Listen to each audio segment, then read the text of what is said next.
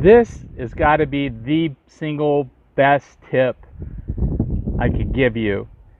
Do whatever you have to do to keep your sand dry.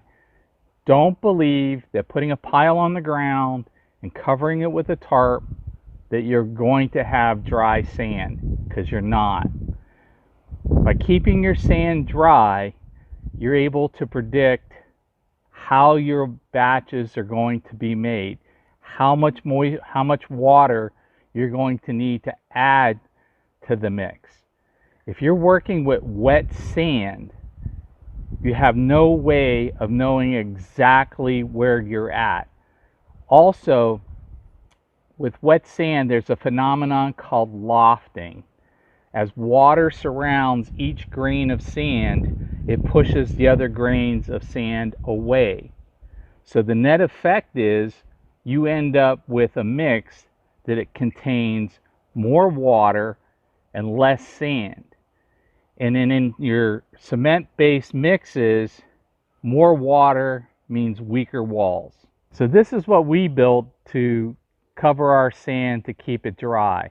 This is just some old metal roofing I scrounged, and some chain link top rails that I scrounged.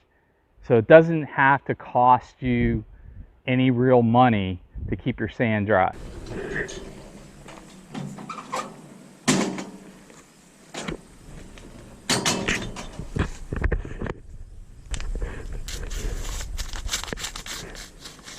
Having a sharp knife would probably do it.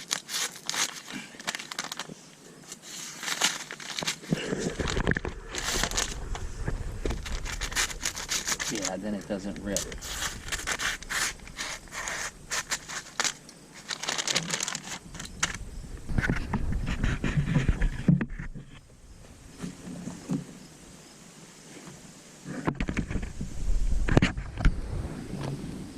One of those just like... Here's another tip. If you can find these, and I've seen them show up on like Craigslist from time to time, these are barrels that originally were used to import olives from Greece, but they have a screw on top. What's really nice about these things is at the end of the day, if you're working out of a bag, you can just put all that material into the drum and cover it up. We've even had partial bags that we dumped into these, sealed them up, and they survived through the winter, and we were able to reuse that material in the spring. So these might take a little time for you to find them, but it's worth every bit on the materials that you save and keeping your materials workable for a much longer period of time. When you're making your mix, you want all your shovelfuls to be the same size. This is another reason why keeping your sand dry is important. If this sand was wet, it would be sticky and I could put a lot more on this shovel. That's too big.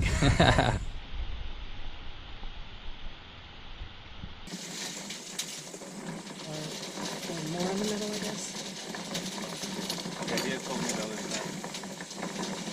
Well, that's because this side didn't have a board. Yeah. Then we did half of that.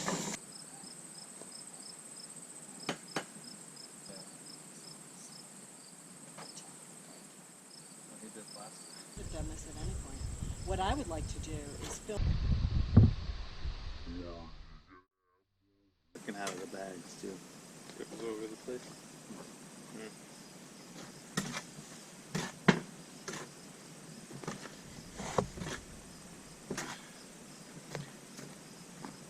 Here's the next tip.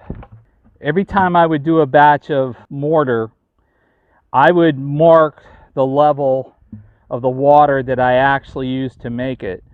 And I came to, through basically trial and error, this is based on me, based on my shovelfuls, based on our conditions, roughly to this line is how much water I need to make a batch of this mortar. So I'm going to add probably about 2/3 of it and hold some back in reserve. And Jordan and I will start working this water in, because then I can't. A lot of people also ask me about using mortar mixers, and people have been successful at using them. My personal problem with them is you put all the ingredients into the machine, you get it started, you walk away, you come back, and then you find out something's wrong. You either got to add more material or you got to add more water or something. When you're working a batch by hand, as you're going along, you're going to see the problem. And as soon as you recognize the problem, you fix it. And you're going to end up net getting the batches done faster. It takes me, not busting my butt, about 15 minutes to do a batch by myself. That's not bad. It up.